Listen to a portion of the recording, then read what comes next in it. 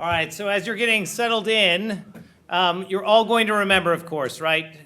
No interest is good, no interest is valid, unless it is certain to vest or fail within the life of being plus 21 years. I am ducking out to go teach property, and yes, I'm going to teach the rule against perpetuities in 20 minutes. You all have the option of attending my class. No thanks. Or of the much more attractive option of learning about bankruptcy law and mass tort litigation. And so since I'm going to duck out, and because she's much more suited to this task anyway, I'm going to turn the introductions over to Ashley Evero-George, and I hope that everyone has a great panel, and I'll see you back at the break. Thanks.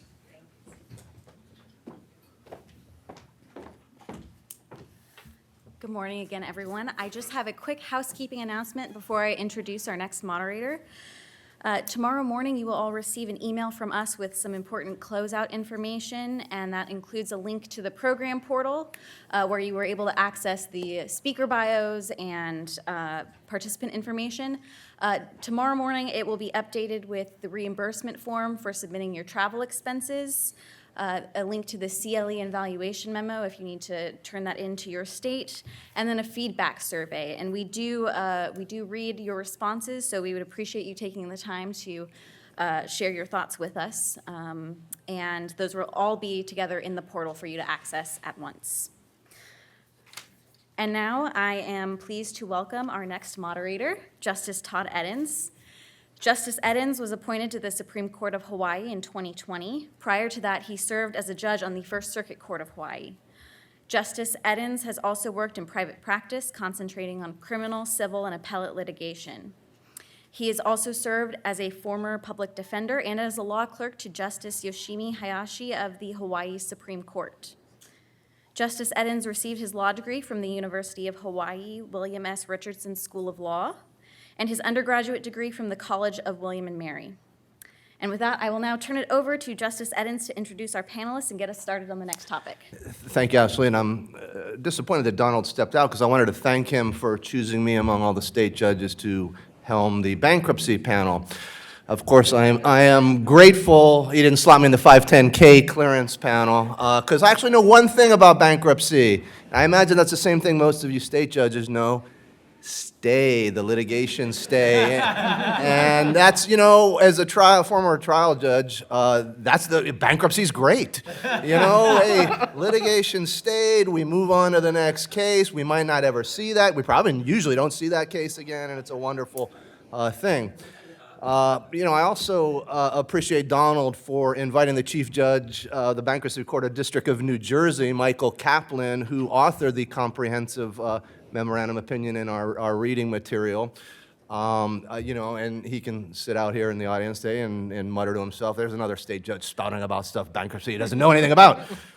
So that was nice. I'm going to introduce our panelists, all of them who are very knowledgeable in this area. And then I'm going to take a stab at a backdrop of the case to set the stage for our discussion. So we have to my immediate right, John Masslon. He is a senior litigation counsel of the Washington Legal Foundation, which is a 501c3 organization devoted to free market enterprise advocacy. He is former Assistant Solicitor General of West Virginia. To his right is Paul Zumbro, and as you can see, their current professional affiliations are behind me, but he's the head of the financial restructuring and reorganization practice of his firm. He's handled several large Chapter 11 reorganizations, including Pacific Gas and Electric and the Weinstein Company's voluntary petition for Chapter 11. He actually also recently testified before a Senate subcommittee on this very topic that we're going to be discussing here today. But most importantly, he is a proud graduate of Radford High School right outside of Pearl Harbor in Honolulu. And that is a noteworthy thing in my mind. Todd Zywicki is next to him. He's a professor of law at this law school. He's a decades-long scholar on Chapter 11 bankruptcy system and consumer financial law. He is also actually the former executive director of the Law and Economics Center. He's a co-editor, longtime co-editor of the Supreme Court Economic Review for many, many years. And all of these folks know what they're talking about. I might not, but I'm going to take a quick stab here. It's setting the stage. You know, this is about the Johnson & Johnson baby powder litigation.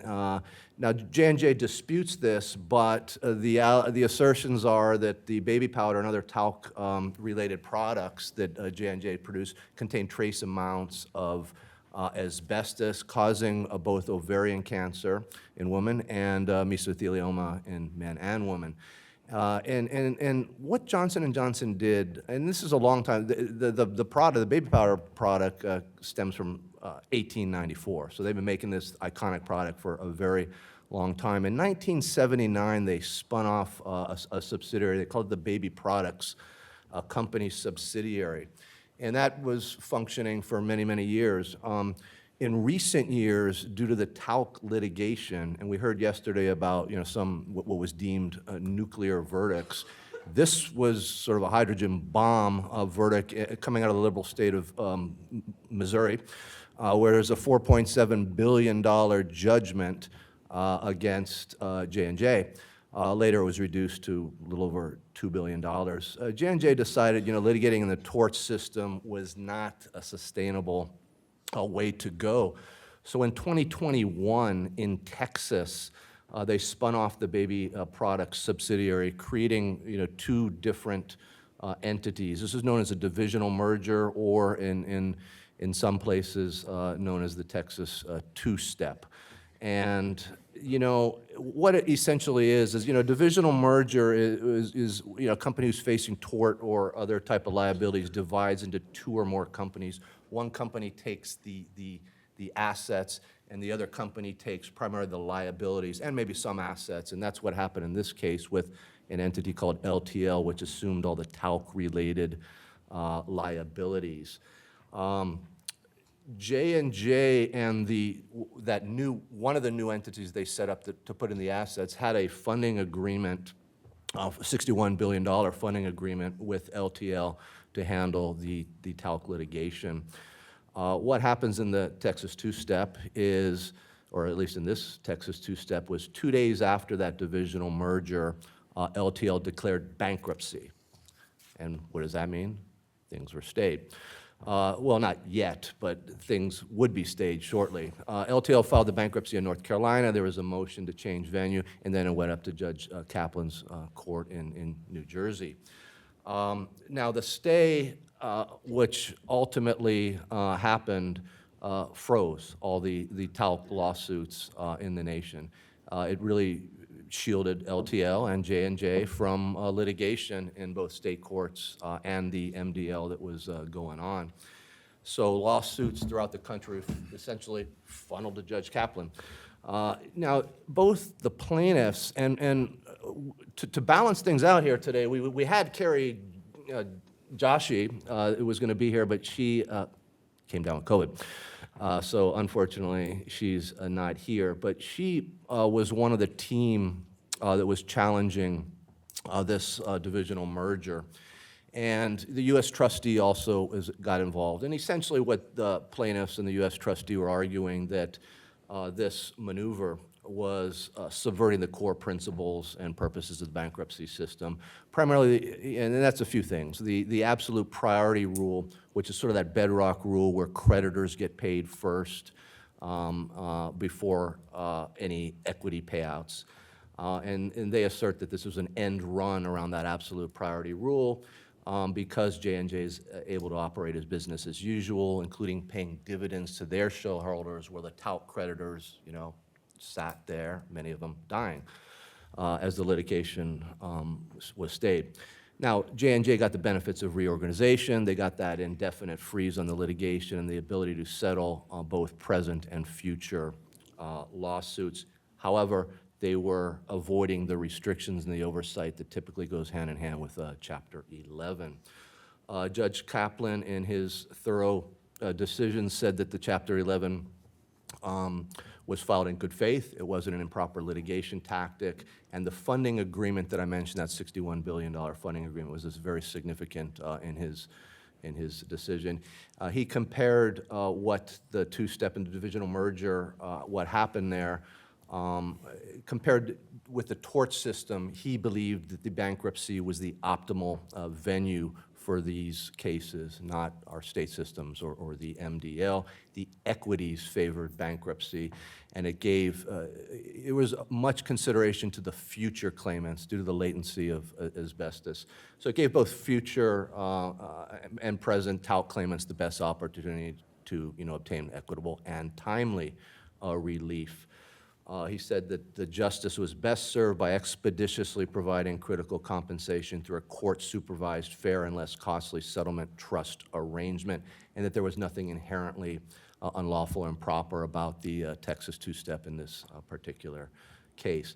It's very interesting. Nate Finch yesterday in one of the panels mentioned that this case had a pathway to the Supreme Court. On September 19th, just a few weeks ago, there was an oral argument before a three-panel on the Third Circuit in Philadelphia on this case. Essentially, the Third Circuit is wrestling with whether or not this bankruptcy was filed in good faith. That's the primary issue here. And it does have implications for, mass tort, for every mass tort in the MDL.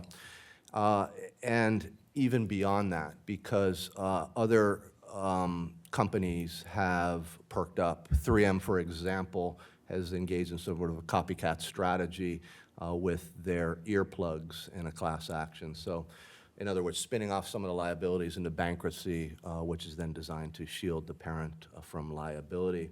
It's anticipated that other companies will also, even companies with smaller market caps than J&J or 3M would engage in this litigation tactic. So we have a lively conversation, and John, take it away. Thank you, Your Honor, and it's great to be here with you today to discuss this important topic. Just wanted to add a couple things on that background. First, you heard about the $61 billion. That, of course, is the floor for how much funding that LTL could receive. So that number can go up based upon what else happens in the litigation and also what else happens with, for example, equity distributions. And that featured prominently. If you want to listen to a long oral argument, it's 2 hours and 40 minutes before the Third Circuit panel. It went from, I think, like 10 a.m. to 5 p.m. It's riveting, by the way. It's a great oral argument, and a lot of the focus is on line drawing, as you can imagine. As, for example, the question was, well, if LTL was formed 5 years ago, is that bad faith? Here it was 2 days, but 5 years, 10 years, exactly where is that line that should be drawn? And in my opinion, the three attorneys that were arguing for overturning Judge Kaplan's decision had no good answer to where the line was, and they were just like, well, you know it when you see it, and so therefore you should overturn that decision. But I'd like to focus most of my remarks today on two different issues. The first is how the mass tort system is ill-equipped to deal with these types of claims, like the 40,000 TELC claims that are currently pending against J&J. And then second, give an example of how this has worked in the past in the bankruptcy context to show that that is the proper venue for these types of claims. But real briefly on the statutory background, as His Honor mentioned, we have the automatic stay that everyone's familiar with.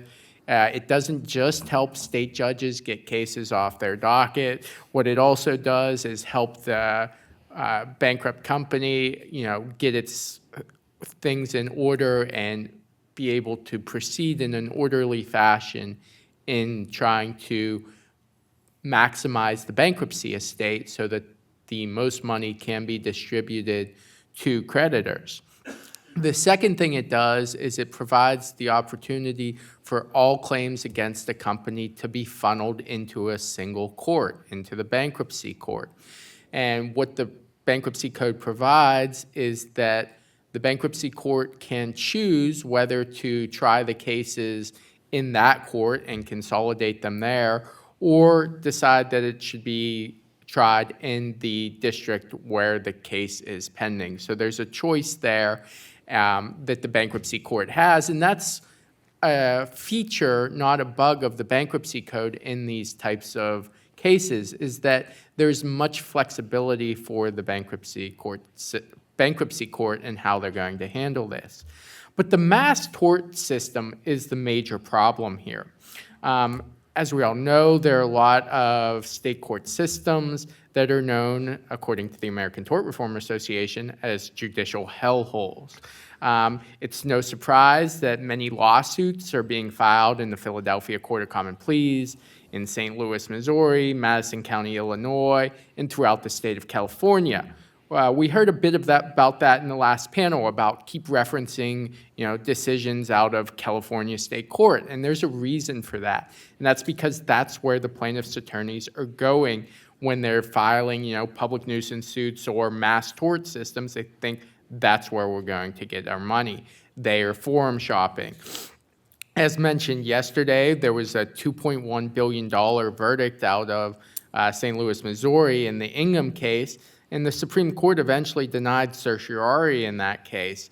And so that has now become a final verdict, and that kind of precipitated the bankruptcy filing here.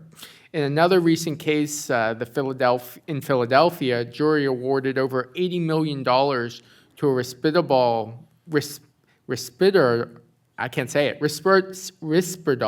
mass tort plaintiff, despite the fact that it was the plaintiff's mother who demanded that her son be prescribed the medication, and the doctor had warned her about the possible side effects, and yet the Pennsylvania court system and the Philadelphia Court of Common Pleas allowed that verdict to stand. So this forum shopping is the worst part of the mass tort system. Time and again, we see that claims are filed in these jurisdictions that have really no ties to the underlying claims, just so that the plaintiff's bar can maximize their recovery. Another harm is related to the forum shopping, and that's that the mass tort system's current claimants suing in a plaintiff-friendly venue are advantaged over other current claimants that have filed in a non-plaintiff-friendly venue and future claimants. Attorneys representing the current claimants invariably seek to maximize the recoveries for their own clients early, and they want large verdicts in those early suits so that they can collect their contingency fees. As Judge Kaplan correctly found, future claimants' interests are thus underrepresented and disadvantaged. The Supreme Court recognized the problem in a case called Ortiz v. Fiberboard, observing that plaintiffs' counsel had an, quote, egregious conflict because their interest was in huge verdicts for their current clients and not for those that could develop mesothelioma or cancer down the line. Because of this incentive for plaintiffs' lawyers and plaintiffs to file as many large claims as they can quickly as possible, later claimants are left with nothing to recover. Some injuries might become apparent later because of the, you don't develop cancer for 30 years after you use the talc product. And so therefore they're unable to recover. Or if they do recover, they don't get as much as they could. Now, the plaintiff's argument here is that, well, the mass tort system can handle this by, ensuring that there are counsel representing these future claimants. But really, there's no such thing as, counsel that doesn't have a current client and isn't going to collect in a contingency fee basis based upon that kind of recovery. So the mass tort system just really isn't able to handle that, and that's another problem with them handling these types of cases.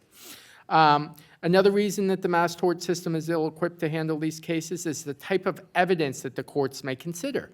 A jury hearing a toxic tort case cannot hear evidence about how there may be more claimants in the future that should be able to share in any recovery for the company's wrongdoing. Similarly, much of the financial information that would be key to ensuring that funds would be available for future claimants is inadmissible in the mass tort system. The mass tort system also lacks the ability to structure a remedy that will ensure the greatest good for the greatest number of people. So a St. Louis court can't tell the Court of Common Pleas how to handle a case before it in order to ensure that funds are available moving forward.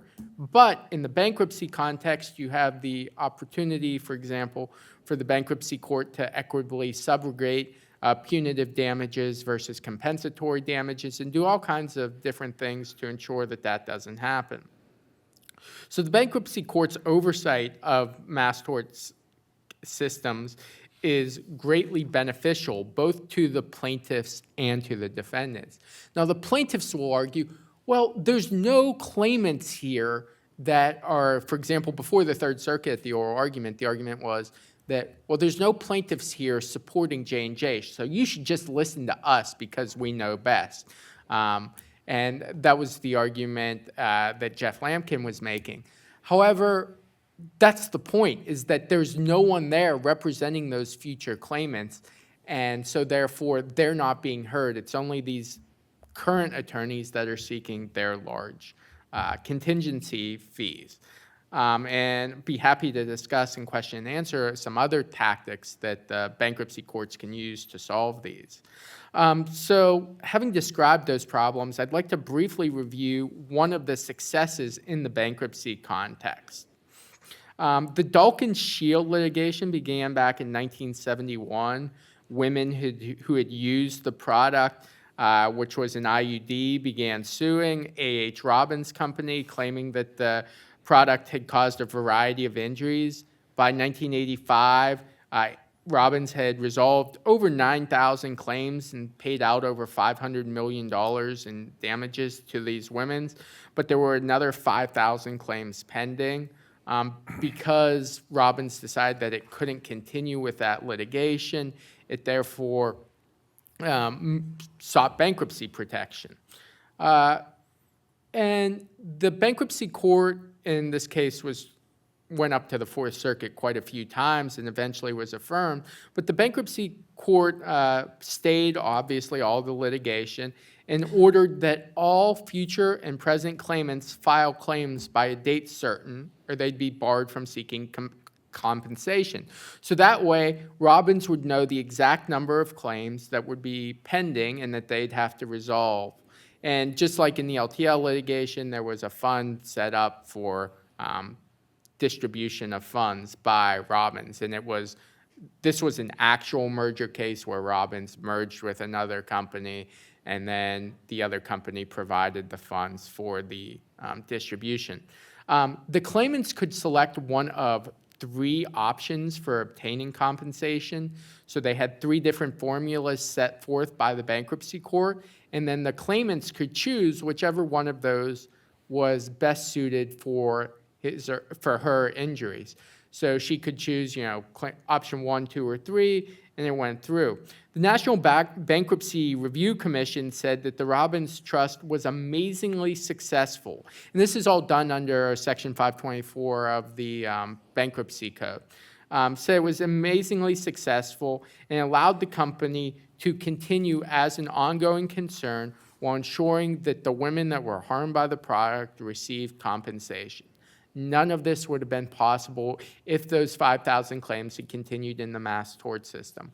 What would have happened is you would have had a few verdicts that would have eaten up all of those funds, and then you would have had thousands or hundreds of women that would have received nothing.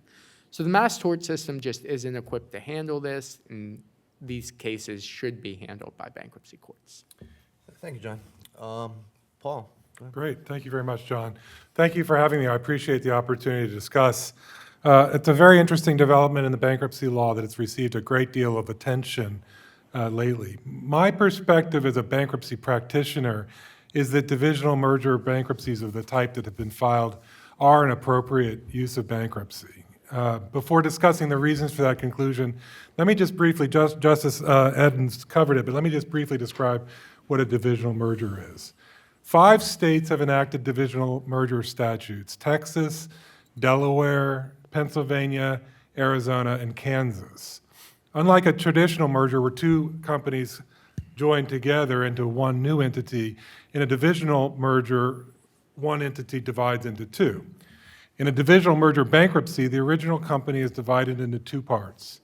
One new company that attempts to resolve the asbestos-related claims globally through the Chapter 11 process, and another new company that continues to operate the business outside of bankruptcy.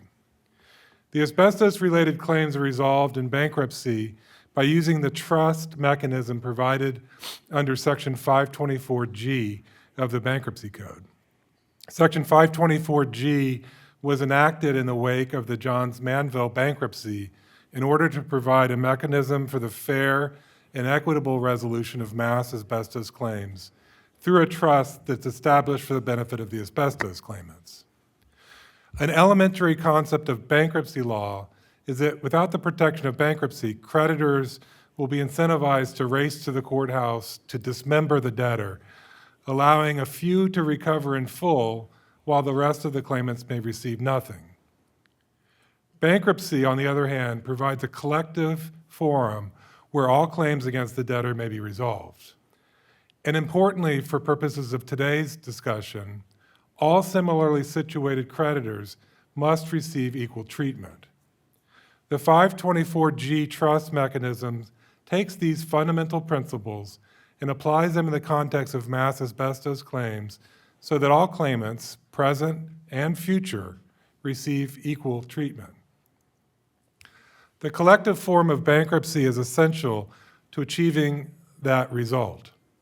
As stated by the late, great Judge Jack Weinstein, who oversaw the Johns Manville litigation, quote, "The key to the asbestos cases is their aggregation. They should be before one judge, centralizing all plaintiffs and all defendants, who could establish a plan for payment based upon the needs of the victims." This is precisely what the Section 524G trust accomplishes. In bankruptcy, which follows the principle that the majority may bind the minority of similarly situated creditors, is the only forum in which such a fair, equitable, and global resolution of mass tort litigation can be achieved. By contrast, class actions are not feasible in mass tort cases due to lack of commonality, while multi-district litigation, MDLs, only consolidate pre-trial proceedings, meaning that similarly situated plaintiffs can still end up with wildly different results at trial, and attempts at global settlements can be defeated by just one holdout. Section 524G imposes an even higher bar for approval than a typical bankruptcy plan, requiring not just a supermajority of claimants to approve the trust, 66 2/3% by amount and a majority by number, but rather a super majority of at least 75% of the claimants, as well as approval by both the bankruptcy court and the district court. These safeguards ensure that claimants have a strong voice in plan negotiations and therefore cannot be forced to accept a plan that treats them unfairly. But the 524G trust is all in step 2. So why do we need step 1? In other words, why split the company before the bankruptcy? And why is the Texas two-step such a recent phenomenon? In the first wave of asbestos bankruptcies from the 1980s to the 2000s, asbestos liabilities pervaded the entire corporate enterprise, and as a result, the entire company was forced to file bankruptcy. These days, however, there are many companies for which the asbestos liabilities are connected only to a portion of the business. For those companies and the claimants, it may be more value maximizing to carve out the asbestos liabilities in order to reach a global resolution of those liabilities through a Section 524G trust, and to fund the trust by the remainder of the business, which continues to operate outside of bankruptcy. Key to the structure is what is known as the funding agreement, which is an agreement from the operating company, which again remains outside of bankruptcy, to fund the 524G trust in bankruptcy. The funding agreement allows for the productive portion of the business to continue operating and generating revenues outside of bankruptcy. This is important as bankruptcy tends to have an adverse impact on a business and its profitability, including as a result of the high costs of the bankruptcy itself. By virtue of the Texas two-step technique, those impacts are minimized, but through the funding agreement, the going concern value of the business remains available to fund the claimant's trust. As a result, this arrangement ultimately should allow for the maximization of value that is available to pay claimants. Although the Texas two-step has been characterized as a scheme to sidestep corporate accountability and financial responsibility for the asbestos-related claims, the law should not and would not allow that. Going all the way back to the Fraudulent Conveyances Act of 1571, also known as the Statute of 13 Elizabeth, it has been illegal to take actions with the intent to, quote, hinder, delay, or defraud creditors. Those same or similar words appear in our federal bankruptcy code and in the laws of all 50 U.S. states. Importantly, the divisional merger statutes of each state that has enacted them do not attempt to override this long-standing body of law. Rather, each provides that any division of assets and liabilities is subject to existing creditors' rights laws. The funding agreement is why a properly implemented Texas two-step does not constitute a fraudulent transfer, as the asbestos claimants have access to the same value as they would have had access to had no divisional merger occurred. It has also been suggested that the Texas two-step is prejudicial to the creditors of the entity in bankruptcy, the tort claimants, as the debtor does not have the same incentives to emerge from bankruptcy as it would in a normal bankruptcy case. However, the issue of a debtor lingering in bankruptcy for longer than necessary in order to delay payments to or otherwise gain some advantage over its creditors has already been contemplated by Congress, with the solution implemented in the provisions of the Bankruptcy Code regarding the exclusive periods for filing and soliciting a plan of reorganization. In any bankruptcy case, the debtor must move expeditiously to propose and confirm a plan, and by statute has a limited period to do so. And even before the exclusive periods in the statute expire, if the debtor fails to make adequate progress towards proposing and confirming a plan, the court may terminate exclusivity, allowing any party in interest, including, for example, the Asbestos Claimants Committee, whose fees are reimbursed by the estate, to file and solicit votes for its own plan of reorganization. So it seems to me to be simply untrue that a debtor can choose to linger in Chapter 11 forever as a litigation tactic. In addition, it's important to remember that the automatic stay is not a permanent stay and may be lifted for cause, particularly as applied to the non-debtor entities, the entities that are funding the funding agreement and who are outside of bankruptcy. While in every Texas two-step case, the stay has been extended to protect the non-debtor entity that will fund the trust, the court will often set a time limit for the extension with periodic reviews to ensure that the protection of the non-debtor remains necessary for the resolution of the Chapter 11 case. The potential for this protection to be removed at any time is a powerful motivation to negotiate a reasonable settlement acceptable to the tort claimants and confirm a plan as soon as possible. For these reasons, it is my opinion that when properly employed, the Texas two-step technique is an appropriate use of bankruptcy to achieve a global resolution of mass tort claims. The key to this conclusion is that Section 524G trusts are fair. They can only be established if at least 75% of the claimants themselves vote in favor of them. They're efficient. Bankruptcy provides a single, centralized forum to resolve and pay all claims, and they are equitable. The lottery-like results of a pot of gold for some and little or nothing for others is simply not allowed in bankruptcy. As Judge Caplet pointed out in his well-reasoned opinion denying the dismissal of the LTL management case on asserted bad faith filing grounds, the bankruptcy court is the only centralized forum in which all these complex claims and issues can be addressed in a fair and efficient manner. Thank you.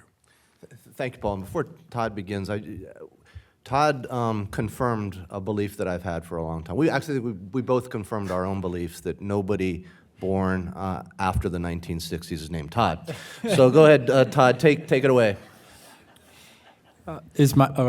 Yeah, and I think Paul was probably shocked to find out that in alphabetical order, he's not last today either. So, That's the first time in my life. yeah, right, exactly. So imagine 2 Todds and 2 Zs on the same panel. So,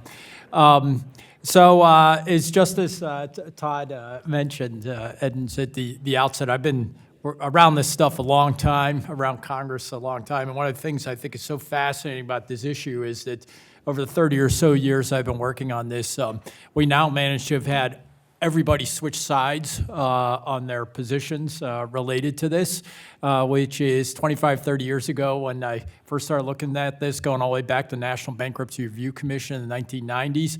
All the plaintiffs' lawyers were the ones who are in favor of dumping all these claims in bankruptcy for reasons that I'll talk about in a minute. And now it's all the corporations who want to put all these claims in bankruptcy, also for reasons I'll talk about in a minute. And so I guess I have the advantage that I don't have to remember because I've had the same views for all 30 years. So either I'm stubborn or unable to learn, or maybe I had it right. So hopefully that's it. And for those who are recidivist, frequent flyers at Law and Economics Center programs, you'll know one of my tropes is that there are no solutions in the world, just trade-offs. And this is one of those great examples of a world of trade-offs, which is we have a problem dealing with mass torts against corporations for which there is literally no solution.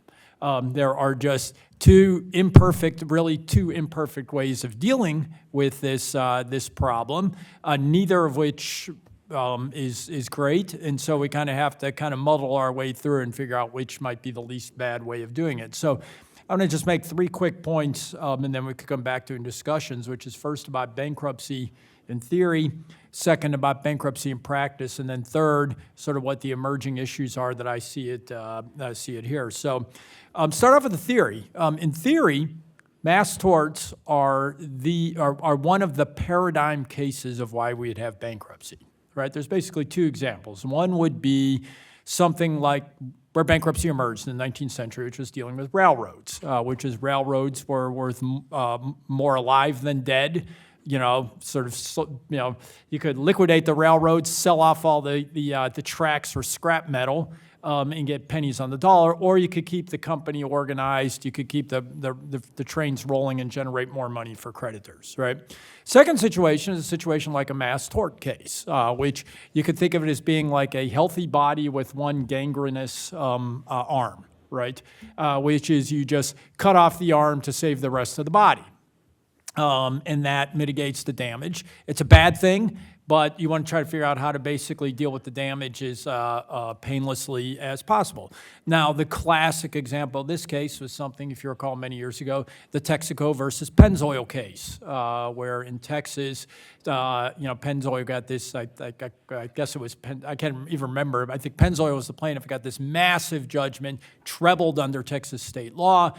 Otherwise, perfectly normal company, just basically deal with that claim, roll on, save the rest of the company, right? And you can imagine then mass torts being done for this, especially in the cases where Paul was talking about, where you have one unit that is problematic and an otherwise healthy company that is generating good products and revenue and all this sort of thing, right?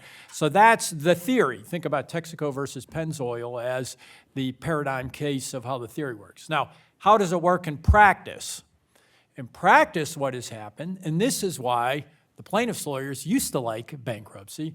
In practice, it works very different, which is the elegance of bankruptcy. Why bankruptcy works is bankruptcy is a system that is basically organized around speed, informality, and reduction of cost, right? Which is a long bankruptcy is a bad bankruptcy, right? You want to get the company into bankruptcy, out of bankruptcy, reserve the, basically get the money out to the creditors in a fair and equitable way, preserving absolute priority and all these sorts of things. And so the logic of bankruptcy is it's a positive sum game, which it's an efficient, informal, speedy process to deal with sort of all these sorts of issues that arise in a bankruptcy case. So it's really sort of the paradigm example of rough justice, but the justice, even though it's rough, the justice is thought to work because basically it's not worth the cost to do all the more elaborate sort of stuff, right? So that's the logic. The problem is that requires everybody within the system to basically be playing that same positive sum game of understanding what the goal here is to basically separate the asset side of the balance sheet from the liability side, maximize the value, and then separately figure out what the distribution is going to be. That is not how plaintiffs, class action lawyers view the world, right? They are not positive sum players. They are not repeat players like the bankruptcy bars in the bankruptcy system. They are zero sum or negative sum, meaning they've made it very clear in these cases they're perfectly willing to blow up the company, blow up the case, as long as that they think will get more money for their clients, right? It's basically rent-seeking behavior, which is they're willing to reduce the size of the pie if that increases the slice for their parties, right? So those two cultures just don't fit together very well, right? And so this is why plaintiffs' lawyers used to like the bankruptcy system, right? Which is that basically it was an end run around all the procedural formalities and all the things you have to do in a proper class action case, proper mass torts case where you have real trials and everything else, right? Bankruptcy is just sort of the short circuit sort of thing that's very almost honor system bound, right? To try to resolve these cases. And so what we see, and a good example is the Boy Scouts case in Delaware, where originally there were, a terrible case, horrible case. We all agree to that, right? Originally there were 125 claims, something like that. After the plaintiffs' lawyers got done with it, there were something like 95,000 claims. The judge went through and found tens of thousands of claims that were just made up, duplicates, right? Now, why do you do that? Basically because what the plaintiffs' lawyers understand is you just dump all this stuff in bankruptcy, right? And the system's just not set up to deal with that, right? And what it does is it exaggerates the size of the claims. As Paul said, it's basically a majority vote rule, right? So you exaggerate the size of the claims, you exaggerate the number of claimants, and then basically you take over the bankruptcy case and you drive it towards this one party, right? Without really thinking about what the overall impact on the system is, right? And so this is why traditionally they like these cases, right? Was because the procedural formalities you have under Rule 23 or the various equivalent things you have in the states, right, in order to have proper trials, proper class actions, all these sorts of things, are kind of largely absent in bankruptcy. It's just not set up for that. So why is the world, and so you get cases like the Boy Scouts, right? So what's going on now? Now what you have are these situations in which you have deep-pocketed third parties, and the opioid cases are a really good example of this, right? You get very wealthy third parties. In the opioid cases, you've got these billionaire owners of these companies, right, who want to protect their assets by using this gambit about extending the automatic stay to protect third parties, right? Now, a case like J&J is in the middle because it's sort of, corporate and this sort of thing.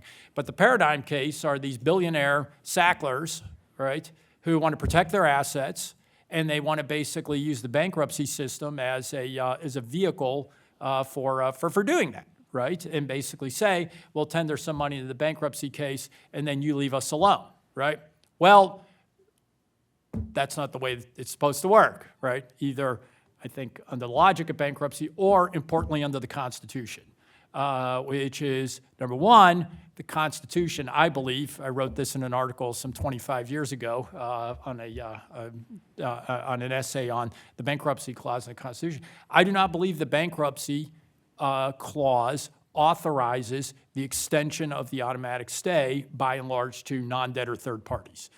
I don't think logic tells us that should be the case either. The way it's lumpy, I realize it's sort of more convoluted, but the way you do it is you file, if you get sued, you file bankruptcy, and if they've got a claim against the third party files bankruptcy.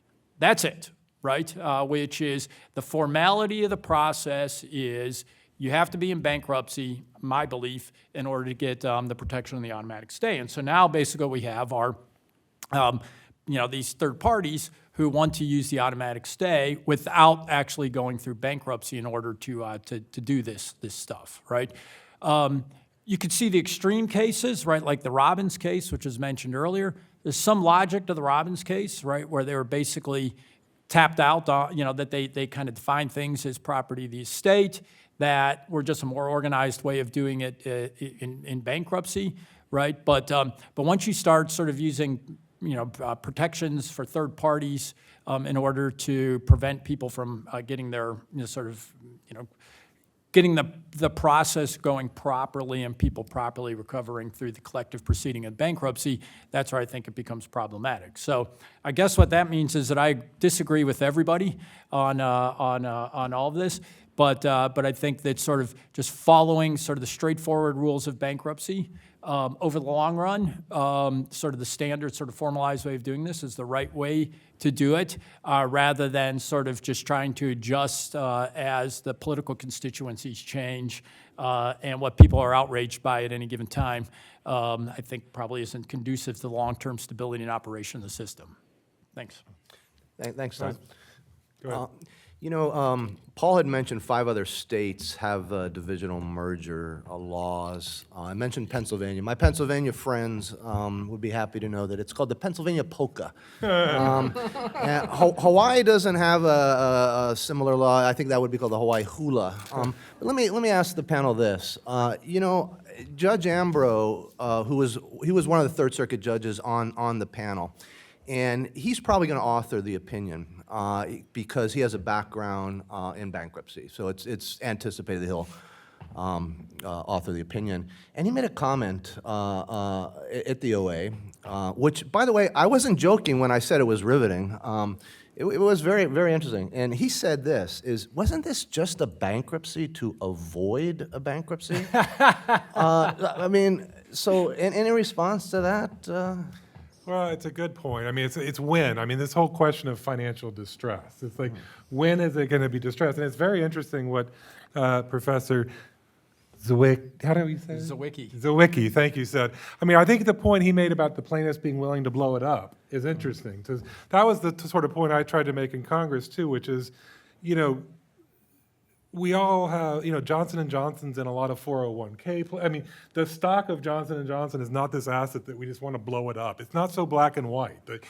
Just to blow it up, even if, and again, I should have just made a quick disclaimer that I'm not involved in the Johnson & Johnson bankruptcy, but we do represent Johnson & Johnson. So these are just my personal views. But I think it's a very interesting thing. Do you really have to wait until Johnson & Johnson is dead because of the 38,000 claims with $2 billion verdicts? And so there's nothing left for anybody to recover from, or can you proactively address it? And so I do think judges can differ on the issue of, some judges I think would think that maybe you have to wait longer than Judge Kaplan thought. But I think it's better to proactively address these liabilities to salvage value for everybody. But it's a tough question. But so what was the quote he said? It was a bankruptcy to bankruptcy to avoid a bankruptcy. Bankruptcy to avoid a bankruptcy. I like that. John had mentioned that the $61 billion funding agreement was a floor, and part of that I understand is insurance. There's insurance policies that go hand in hand with that. But I understand also, and correct me if I'm wrong, that there will be no final payout to any plaintiff until there is the final appeal is resolved. And I also understand that that's an unsecured $61 billion. Am I accurate in that? You are, but that's no different than what it was prior to the technique being implemented. There's a lot of sort of, histrionics that go on about, Johnson & Johnson can do all this stuff. They can pay dividends, they can do X, and they can do Y. these plaintiffs have unliquidated claims against Johnson. They could have done all of those things. They didn't have any contractual rights to preclude any of that stuff. They were protected by creditors' rights laws. Obviously, if you're moving money and assets away from a creditor in a way that's sort of hindering and delaying them in a fraudulent transfer type way, you're protected from that. But these unliquidated tort claimants are not contract creditors that have the right to preclude those types of corporate things as it stands today. So. And you need to wait until there's a final judgment in the case, because you don't want a situation where J&J is paying out and then the Third Circuit or the Supreme Court blows up the whole case and says, this was, the case should have been dismissed at the beginning stages because it was a fraudulent filing. And so I think that's really the only way to handle this, is to ensure that there's a final judgment, so that there is finality and certainty for Johnson & Johnson, that when they're paying out, they're actually resolving all the claims that they think they're resolving. Well, I understand, that this Texas two-step is designed to expeditiously resolve the claimants. And it strikes me that this lengthy process, while it protects future claimants, the present claimants will not be expeditiously have their claims resolved. What's the response to that? Well, I don't think it's any different than the mass tort system. It's not like you're going, that fast in the mass tort system. A lot of those claims take years to resolve. And I think that Neil Katyal, who argued for J&J at the Third Circuit, had a good response, was that, Judge Kaplan has made clear that this is going to move, and it's going to move fast. And so therefore, there's deadlines that are already set for early 2023, and I don't think that this case is going to last as long as a normal mass tort case would take. And so there may be a few situations where people have already gotten verdicts or far along in the process where they might be delayed a bit, but I don't think there's a situation where they're going to be delayed decades. And I think that the overall benefit to ensuring that future claimants at least receive something and receive an equitable share of the settlement outweighs any delay for current claimants. And as far, there's always a situation where these current claimants, if they're confident in their claims and that they're going to receive a certain settlement, they might have to pay interest, but they can receive in advance on that. Todd, do you have any response to that? Or let me pose another question. From what I understand also in my rudimentary understanding of bankruptcy law is, you don't go into bankruptcy to gain a litigation edge. And it seems to me that this tactic gives J&J a litigation edge. So what's the response to that?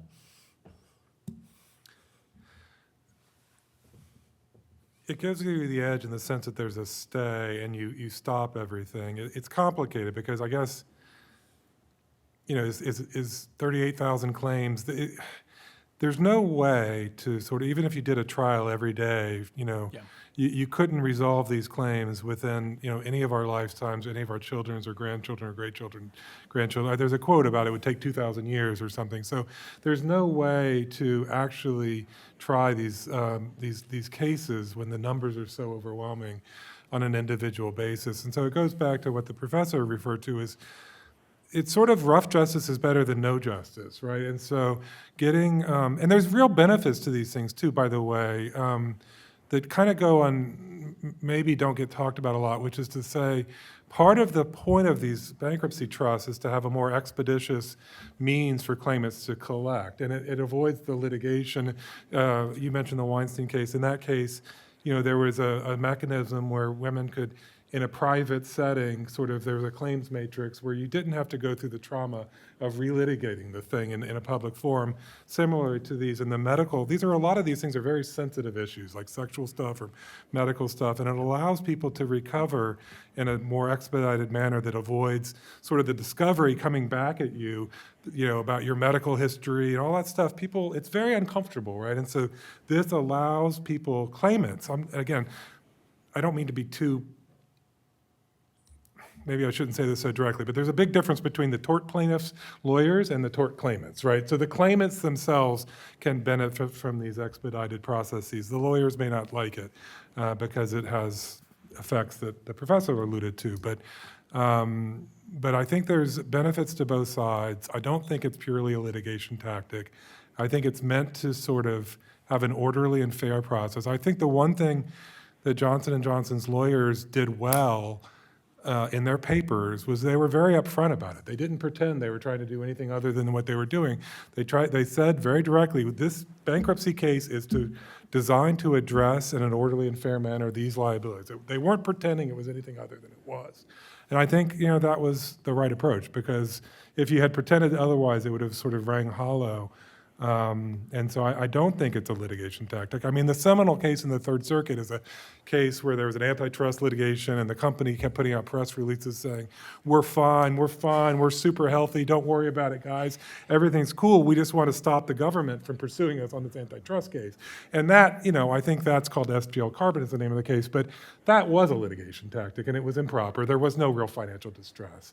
Whereas I think in the Johnson & Johnson example, 38,000 cases, I think, even for a Johnson & Johnson, are significant enough to constitute distress. And that, yeah, I mean, and that's the point, right? I basically want to associate myself with those comments, right? Basic problem in bankruptcy is there's not enough money to go around, right? So the more money you spend on lawyers, the more money you spend on litigation, the less money there is for claimants. And all the other stakeholders, right? And the more money you spend on these claimants, the less money there would be Can for I other interrupt you? creditors. Because the plaintiffs will say to you, but Johnson & Johnson has a better credit rating than the U.S. government, which is true. Right. And so how can you say there's not enough money to go around? Right, because it's we're creating general rules here, right? We're creating, and there will be an impact on employees, shareholders, other creditors, right? That may be their credit rating now, right? But is it worth all that collateral damage? And so the argument for bankruptcy is bankruptcy is a faster, easier, more expeditious way of doing that. It just is, right? The other processes are very long and drawn out. They're very expensive. They're going to involve delay. They're going to allow all this sorts of things. Bankruptcy does allow you to actually resolve these things pretty quickly, right? And so in the distributional sense, if you think about it, more money for lawyers means less money for everybody else. I teach future lawyers, so I'm in favor of that. But that's a joke. From a social perspective, that doesn't make any sense, right? So we don't want that on the distributional side, and so the other half of it then is basically this efficiency side, which is what impact is this going to have on the healthy company, the economy at large, what kind of precedents does it create for the future, and that sort of thing. And so the argument for bankruptcy is that it is faster, more expeditious, and cheaper. The downside of bankruptcy, as I see it, is that it potentially allows, in some cases, plaintiffs to basically kind of plunder a system that is not very resistant to it, or in other cases, potentially allows third parties like, the Sacklers to abuse the system to try to protect their assets. So that's why I say they're imperfect systems, but I think in terms of the speed and efficiency of it, bankruptcy clearly is superior, and the only question is whether or not it's worth sacrificing these other threats to get that goal. Thanks. Let's field a question. What is the critical mass to get the company to file for bankruptcy? How many nuclear verdicts is it? So there's 36,000 talcum powder cases, and how many nuclear verdicts did it take Johnson & Johnson to do it, to go for the bankruptcy route rather than just litigate? It's a good question. I don't know. I mean, I think that verdict, I think it was 20 women. There was over $4 billion verdict for 20 women, which got reduced to $2 billion. But still, if you say 20 women equals $2 billion and you've got 38,000 cases, you can sort of see how very quickly, even a company as financially healthy as Johnson & Johnson overall, could be brought down by those claims. And these are very complicated issues too, because from a corporate law perspective, people think of Johnson & Johnson as a one the lay public, not lawyers, think of Johnson & Johnson as one big enterprise. But obviously, it's got different subsidiaries that do different things. And so the liability really is just down at the entity that Justice Eddins referred to in 1979 was spun off. So it's not the case, unless you can establish a veil piercing or some other way to get up to the Johnson & Johnson parent company, it's not the case that that people have claims beyond the company, the consumer products company itself, as opposed to Johnson & Johnson. So I don't know what the nuclear number is. $2 billion for 20 victims when you're looking at 38,000 cases sounds, nuclear to me. But I think each company has to make that decision individually because, do you have to wait till it's really, brought down the whole company before you address it, or do you address it early? Maybe Johnson & Johnson went a little early. I don't know. But I think And did they exhaust all their appeals? they did. They appealed that verdict. I think John mentioned the Ingram. It's Ingham, yeah. Ingham. They appealed that verdict up to the Supreme Court, and they were unsuccessful. They were denied cert, and so I think that was when they decided to try the I wasn't involved in the deliberations, but I would imagine it was the denial of cert on that verdict, which led them to say, we have no choice but to try something here to rationalize the process. And that's where the potential forum shopping problem comes in, right? Which is plaintiffs' lawyers just probe in different states, file cases till you hit the jackpot, right? And then you can just forum shop a bunch of cases into that state, and so it multiplies, very rapidly. And just that one verdict is enough because of that causes other plaintiffs not to want to settle. Right. Because they see that as the pot of gold. They're like, I can be that plaintiff that gets this $2 billion verdict that is upheld on appeal, and therefore you are litigating all these cases. And there was a finding made by Judge Kaplan that each case that Johnson & Johnson litigates here is $2 to $5 million in defense costs and attorney's fees. And so if you're spending that for 38,000 claims to litigate that, that's less money that Johnson & Johnson has to pay out to the claimants here. I just want to say one thing about Purdue. It's interesting, because Purdue's a slightly different issue, but it's related, which is the third-party releases. It's interesting. I wrote an amicus brief in the Second Circuit for Purdue in favor of the third-party releases, not because I think the Sacklers are good people.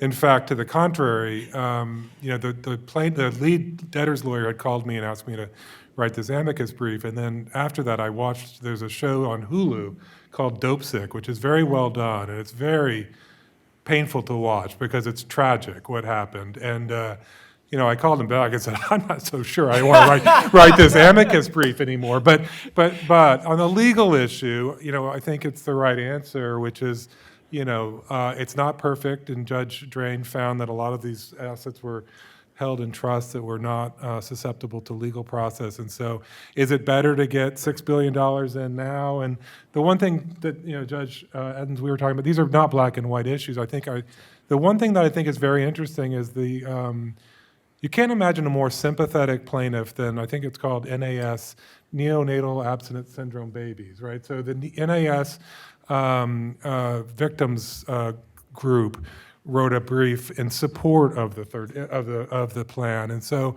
that shows you how these are not easy issues. If the victims themselves, who have the most sympathetic plaintiffs you can imagine, which are babies, which against their, through no fault of their own, became addicted to opioids, if their lawyers are supporting this because overall it gives them a better chance of a recovery than the alternative, I think that's an important thing to keep in mind. It's just not the big bad corporations, and none of the stuff is perfect, and we all know that. But it's really interesting. There was another issue in that case that's unusual that I expect we'll see in the future. Was it's not quite clear that the plaintiffs cared, only about money, right? One of the things about bankruptcy is that if you go into bankruptcy, you basically have to open the kimono, right? It's like standard discovery debates and that sort of thing. Disputes kind of disappear in bankruptcy, and so I think a lot of it was just sort of a desire to sort of, rummage around in their I don't want to use that word, right? But basically it shed sunlight on what was going on, even if that reduced the amount of the payout, which creates a whole nother sort of strange scenario that I think may have been going on in that opioid case and might be going on in the You future. know, a lot of our discussion has been, what system is better, the bankruptcy system or, the jury trial system, which derives from the Seventh Amendment. That's the original way to operate.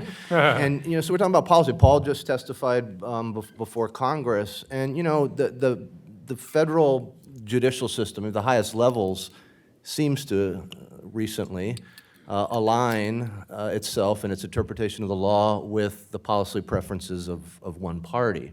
And I'm just wondering if the appropriate branch to decide what system's better is the judiciary or the legislature. So, and that's why, I imagine they had you come in and talk about that, Paul.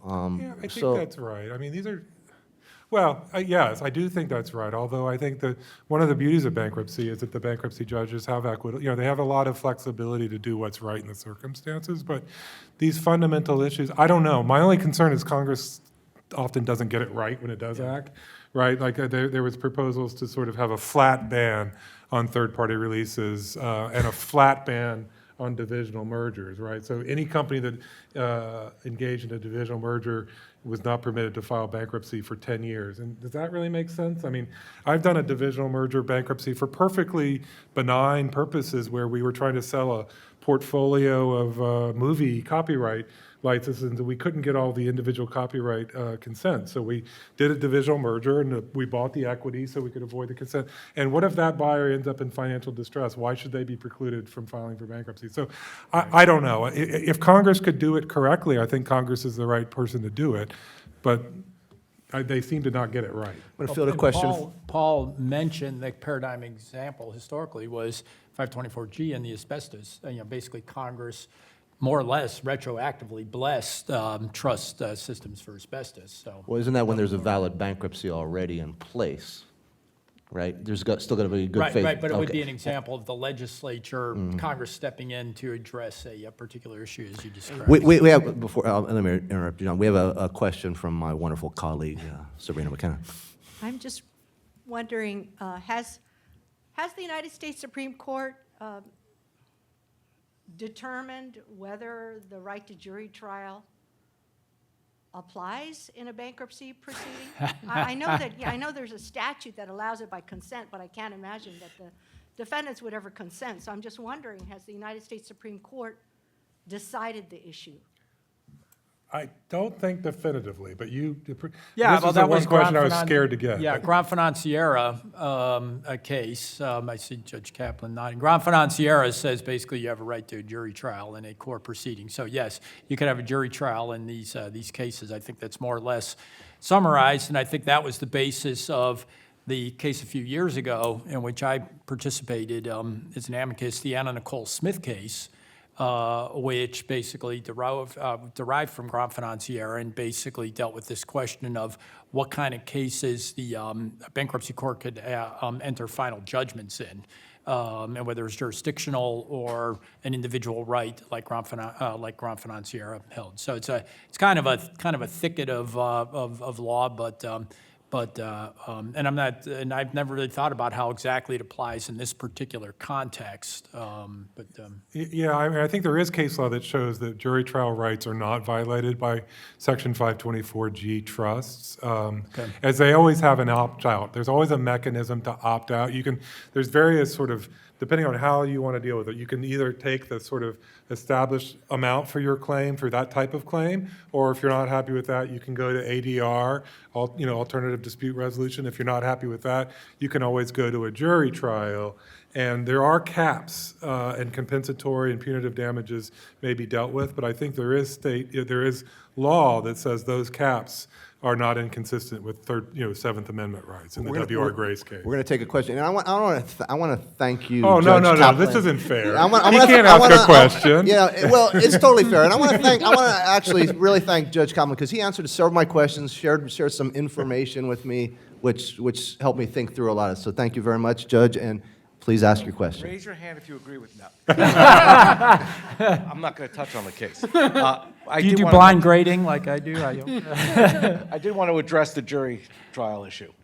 In these asbestos cases, and the irony here is that the Bankruptcy Code provides 524G for treatment under a trust for asbestos cases, and you have Johnson & Johnson, which argues there's no asbestos in the talcum powder. But if there is, we want to come in under that provision.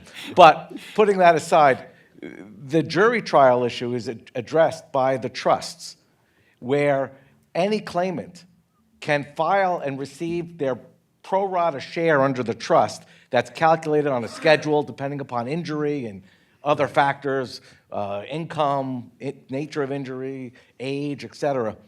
Or they can opt out under these trusts and have a jury trial. What they don't get, though, is just a blanket recovery. Right. Their recovery would still have to come from the trust in a pro rata portion and capped. So they maintain the jury trial right, but not necessarily the access to the punitive damages or the full recoveries, which admittedly make a jury trial less palatable. But the one thing bankruptcy courts, I don't want to try any of these cases. Right. So it's not like we want to have the jury trials in our court. We're just trying to set up these schemes. But I think But it's there is, common. Your Honor, I think there is, at least my associate, when I said, I don't want to get asked about jury trial rights, so give me a little cheat sheet. But he tells me it's well settled, the damage caps do not violate the Seventh Amendment, and cites to a W.R. Grace case. I don't think the Supreme Court has, I'm not sure, but I think it's true that you can have your jury trial rights preserved, and the fact that you're capped has Right. been found not to violate. You have your right to a jury if you want to, if you don't believe or agree with the schedule of how much your type of injury should receive. But there are limitations on on the And amount. so often you'll do like a sort of like mini trials to determine sort of what the various symptoms are that people manifest, how much their damages should be, that sort of thing, and that creates this schedule that then is applied for all the plaintiffs, more or less, right? And just to give a little context, again, from the facts, these cases started basically in 2014. So it's been 6 to 8 years, and only 46 have gone to trial. Right. Out of 50,000 are out there, with 23 plaintiff verdicts, 23 defense verdicts. So that's why, the question is that, what system works best? Yeah. Well, our time is about up here. I want to thank a wonderful panel. Thank you, Judge, and thank you all for paying attention. Notice I said y'all. Hawaiian pronunciation. Justice Eddins for moderating our panel. We break for 15 minutes, and we'll be back here at 11 o'clock.